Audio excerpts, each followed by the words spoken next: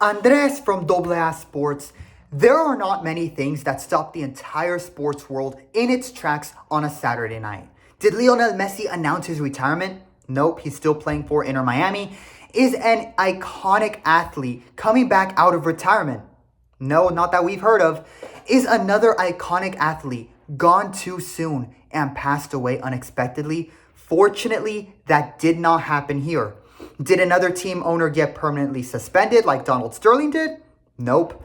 So what happened? And why is everyone losing their minds about it in the middle of the night? And then we saw a new post from Shams.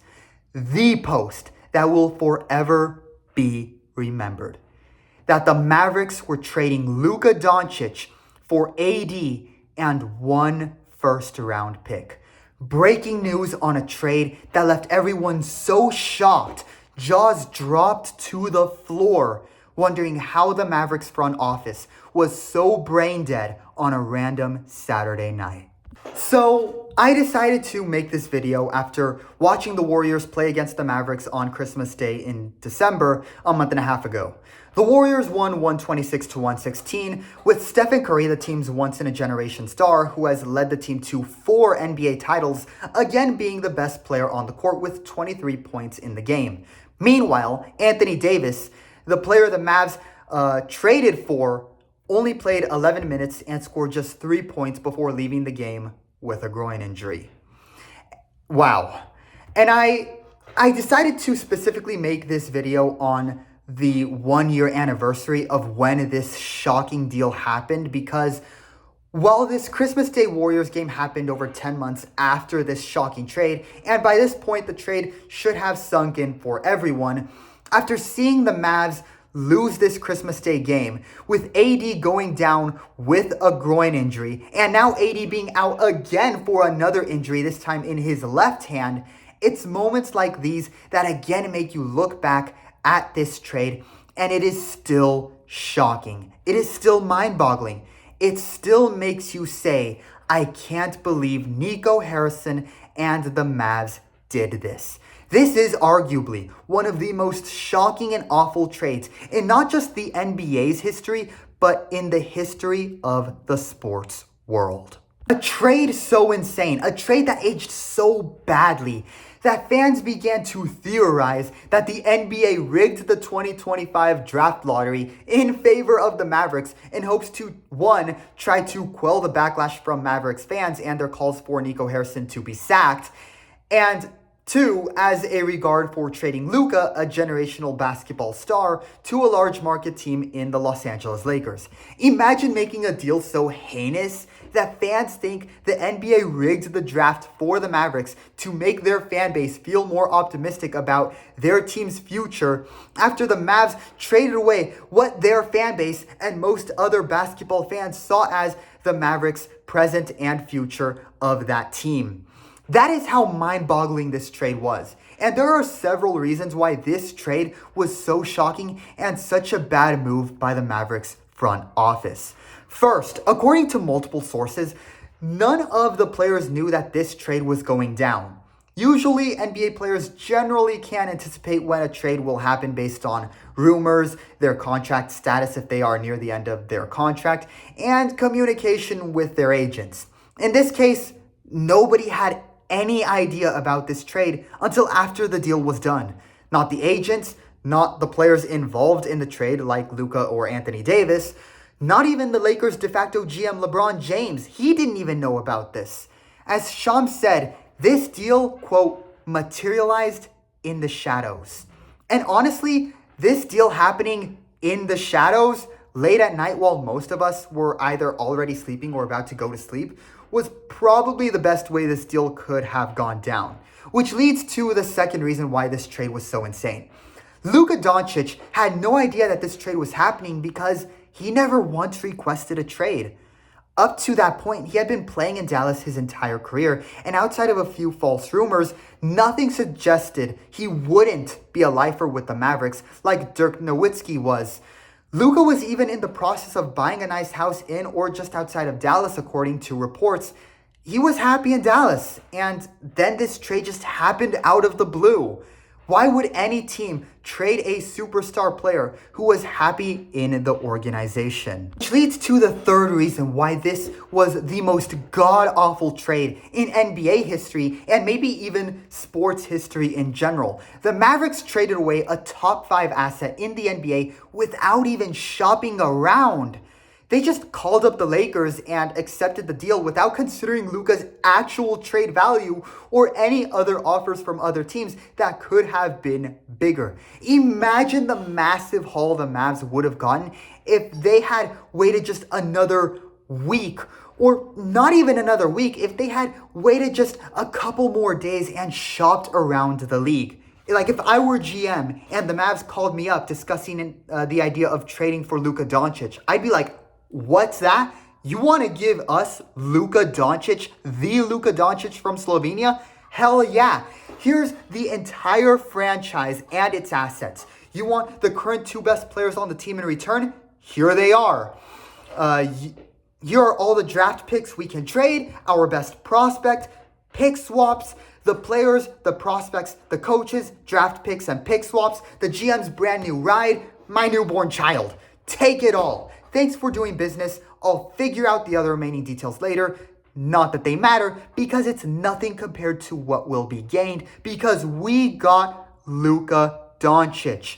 If an aging Paul George was worth 2 players, including a rising SGA, 5 first-round picks, and 2 pick swaps, and this can even go outside of basketball. If Paul George was worth that massive haul, if Christian McCaffrey was worth 3 draft picks in the 2023 NFL Draft and a 2024 5th-round pick, if Harry Maguire's transfer from Leicester City to Manchester United was worth £80 million, the haul the Mavericks should have gotten in return for any trade deal involving Luka Dončić should have been massive, just beyond our imaginations. But instead, they accepted a lowball deal of a 31-year-old and injury-prone Anthony Davis, just only one first-round pick, and a mediocre thank you note. It made no sense then and still doesn't make sense now. Which leads into the fourth reason, that the Mavericks were in championship contention the year prior and were just 3 wins away from their second NBA title. Most teams in this scenario would just run it back with the same core group of players, maybe add 1 or 2 others and make minor adjustments. But outside of that, stick with the same group of players with their biggest star leading the team. And a team in this scenario would never willingly trade away one of the superstars like Luka on their team that led them to such success. Why? Because it's Luka freaking Dončić, a generational talent entering his prime. And you do not trade away once in a generation caliber players. That is a no-no move. That is a no-no, do not ever do that move. Remember how I said earlier that Luka is easily a top 5 asset in the NBA right now? If you were to rank NBA players on their trade value, starting with the most non-negotiable, where as a GM, if another GM calls you up and floats the idea of trading for that player, you immediately hang up the phone, Luka is probably 5th on this list. The only players you can argue are ahead of him are LeBron, Curry, Jokic, and Wemby. Honestly, Curry and LeBron are in a category of their own in the latter stages of their careers, and both will likely retire within the next few years after incredible careers that saw them lead their team to winning multiple championships, and both are certainly going to be Hall of Famers. So if you were to put LeBron and Curry into their own category and have this ranking among players that will be the faces of the NBA in the long term, the ranking from the most non-negotiable, hang up the phone in terms of trade ideas, and then down from there, Luka is arguably 2nd or 3rd on this list. Now imagine what the Nuggets would get in exchange for Nikola Jokic, or what the Spurs would get for Wemby. Guess what? It's a trick question. Because a deal like this, where these teams would give up these elite stars, will never happen. And this is the same in other sports as well. You will not see any sort of deal where the Edmonton Oilers willingly trade Connor McDavid or the Sharks trading Macklin Celebrini. And never on God's green earth will you see the Kansas City Chiefs trade Patrick Mahomes. There's only 4 scenarios where a team would willingly trade away one of their megastars. The first being if that star player is aging and beginning to exit their prime, and the team is looking to salvage some value before the latter of that player's career. The second scenario where this would happen is if, despite how good this player was, that the team wasn't finding much success and they were failing to make the playoffs, and they thought it would be better to let this good player go to another team that is in contention to save that player's career while that franchise restarts from new and goes in another direction. Third, if the star player was set to leave regardless, made it known, resulting in the team having no leverage, forcing them into the trade. And then the fourth scenario, similar to the third, both the player had no plans of staying with the team and the team was not going to re-sign them. So because neither party has leverage and they are set to part ways at the end of the season anyways, the team trades them before their contract ends so they get something and not just let a player leave for free. This deal, again, happened completely out of the blue and did not have any of these elements. Luka was a superstar that was happy where he was in Dallas, and he was entering his prime as the Mavs championship window was opening up and looking bright. Why would you make such a deal where you trade away the player that was the heart and soul of the team during their most recent finals run? Which leads to the fifth reason why this will surely go down as one of the worst trade deals in sports history. The main reasons why Nico Harrison and the Mavericks front office decided to go through with this trade were atrocious. Absolutely atrocious. According to ESPN, the reasons for this trade were that Dallas was concerned about, 1, the massive $345 million 5-year Supermax extension, which Luka would have been eligible for that offseason, and 2, Luka Dončić's health and conditioning. In other words, they thought he was out of shape and decided to trade him for gaining a few pounds despite still balling out with the team that year. You've got to be kidding me. If the Pelicans are still willing to stick by Zion after all of his conditioning issues, the Mavericks should have done the same with Luka, especially given Luka Dončić was having an incredible season and a half up to when they traded him. He was averaging around 30 points per game. And when it comes to the Mavericks being concerned and not keen on giving Luka the Supermax contract extension, if I were a Mavs fan hearing about this being a reason they traded Luka, I would consider abandoning the Mavs and converting to support another team. I would still consider it because this raises questions about how committed the Mavs ownership and front office is to winning and having a competitive team going forward. Because superstars win championships and, yes, require owners to spend money to get good results, to win championships, and also make money. And if arguably one of the best players in the league right now, who took you to the finals, is not worth paying, then who in your mind is? There has never been a franchise that has won while being cheap. Just look at how the Athletics and Earthquakes are in the dumps right now under John Fisher's cheapness. This trade and this reasoning gives me John Fisher vibes. And there are 2 things that make this even worse. First, by trading Luka, the Mavericks made him ineligible for the Supermax contract, which many fans agree would have been well-deserved should he have gotten that from the Mavericks. Trading Luka to the Lakers made him ineligible for this, and when he extended with the Lakers, it was only a 3-year, $165 million deal when it could have been more. I can only imagine how pissed Luka was, and probably still is, when he found out he was traded for these reasons. The Mavs not only disrespected him by calling him fat and out of shape even though he was balling out for the team, but they stripped him of over $110 million he could have had and made the trade as he was about to buy a house in Dallas because he thought he would be a lifer with the organization because he was happy playing in Dallas. Talk about an awful betrayal and stab in the back. And the second thing that made this even worse, especially when looking back at it now, was how the Mavericks front office initially took zero accountability for this terrible decision. They didn't even want to see or hear any backlash from fans. They were trying to get fans to stop chanting to fire Nico. They were even kicking fans out of the arena if they tried to start that chant or displayed signs criticizing the ownership.